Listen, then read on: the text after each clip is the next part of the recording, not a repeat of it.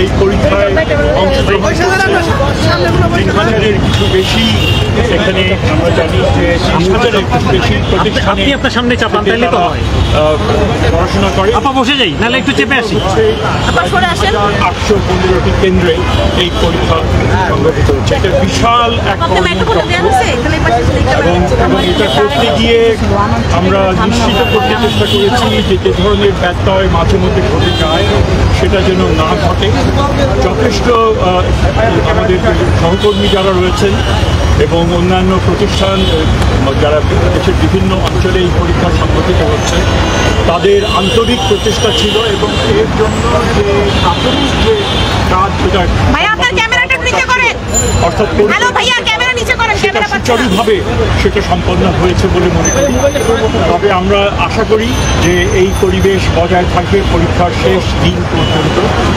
আমরা একটা বিশেষ বিবেচনায় যেটা একটা আমাদের সেটা আমরা করেছিলাম যে পরীক্ষার তারিখ সানডেতে করেছিল 2 তারিখে। আমরা অবশ্যই সেটা বিবেচনার মধ্যে নিয়ে সেই তারিখ 21 তারিখে করা হয়েছে এবং যার দ্বারা যে খ্রিস্টীয় সম্প্রদায় যারা তারা আমাদেরকে আন্তরিকভাবে ধন্যবাদ জানিয়েছেন যে এই কাজটা করেছি। আমরা বেশি বলার কিছুই নেই। পরীক্ষা তো সবে শুরু, আমাদের পরীক্ষা সবে শুরু এবং যদি সম্পন্ন আমি বিশ্বাস করি পরীক্ষা সবে শুরু আপনারাও দিচ্ছেন আমরাও কীভাবে এটা সম্পাদন করছি সেই পরীক্ষা শুরু এটা শেষ হবে সামনে মাসে যাবো না তো আশা করি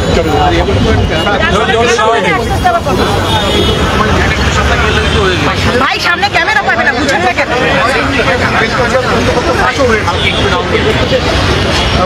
পাশও হয়েছে সামনে 2019 সালে। এইবারে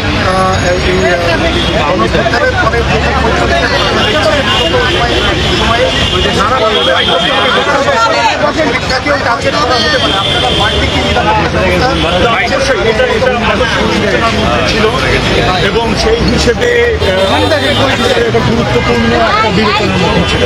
সেই হিসেবে যতটুকু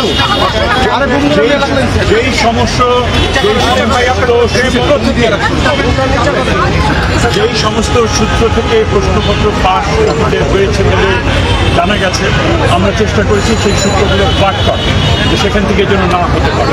তো আশা করি আমরা সাকসেসফুল হব এবং আজকের আগে আমরা এই ধরনের কোনো ঘটনা ঘটবে এবং এক্ষেত্রে অবশ্যই একটা টপ প্রায়োরিটি এরিয়া হিসেবে আমরা এটাকে দেখেছি এবং কার্যকর একটা প্রয়োজনীয় ব্যবস্থা আমরা গ্রহণ করেছি। আমি আর দুটো প্রশ্ন কাউকে তো ছাড় দেওয়ার সুযোগ নেই, বিশেষ করে সামাজিক যোগাযোগ মাধ্যমকে কেন্দ্র করে অনেকে গুলো খবর দেয় প্রশ্ন ফাঁস না, তারা বলছে এটাই ফাঁস করা প্রশ্ন, তাদের নিশ্চয়ই আমরা আশা করব যে তারা বিরত থাকবেন কারণ দেশের মঙ্গল আমরা যেখানেই থাকি না কেন যে আমাদের রাজনৈতিক অবস্থান হতে পারে বা আমার পছন্দের যে অবস্থান সেটা থাকতে পারে আমরা এমন একটা বিষয় এটা অনেক প্রস্তুতির পর নেওয়া হচ্ছে। ছাত্রছাত্রীরা নানান রকমের তাদের মানসিক একটা চাপ এখানে থাকে, প্যারেন্টসের মানসিক চাপ থাকে, শিক্ষক শিক্ষয়িত্রীদের আপনার নিচের নামাচ্ছেন না কেন এটার সাথে আবার বাড়তি এই ধরনের অন্যায় চাপ যেন না করেন তার জন্য সকলের কাছে আমি বিনীত অনুরোধ জানাচ্ছি যে আপনারা ওগুলো থেকে বিরত থাকবেন।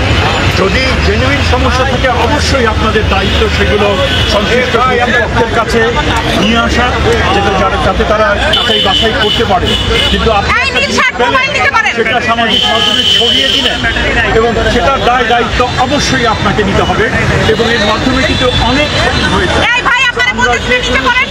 সম্পন্ন ব্যক্তিকে এবং যারা সামাজিক মাধ্যম জড়িত করেন তাদেরকে আমরা বিশেষভাবে আবেদন করবো আপনার শেষ করেন ভাই।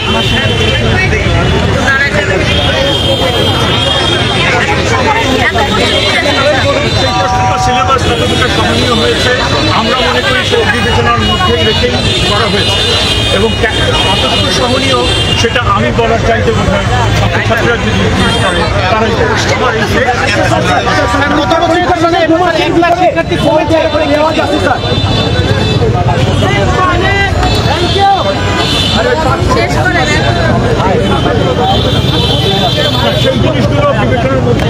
করা হয়েছে, নির্দিষ্টভাবে সেটা ধরেন